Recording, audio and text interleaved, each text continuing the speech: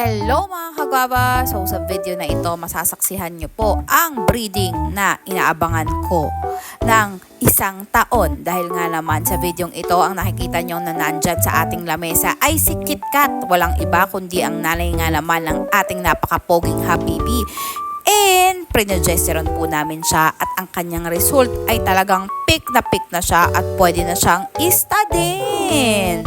So syempre walang iba kundi si Foreman ang magiging tatay ng kanyang mga bagong babies. Talaga naman tila bagay na bagay sila dahil sa sobrang liit ni Foreman at napakakapal. Syempre yung bone structure ni Foreman ay hindi rin nagkakalayo kay KitKat. Talaga naman dito sa Bayabas Kennel, alam niyo mga kagwava, kailangan talaga ang mga pairing natin ay talagang quality.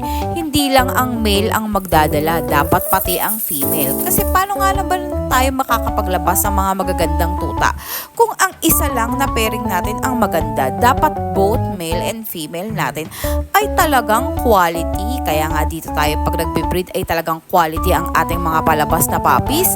Tignan nyo naman ang semen ng ating Foreman. Alam nyo mga kagwaba, tignan nyo, healthy ang kanyang semen. Talaga namang puting-puti. Siyempre, kailangan talaga ng proper nutrients and vitamins sa ibibigay sa kanila para naman talaga namang magiging maayos ang kanilang breeding.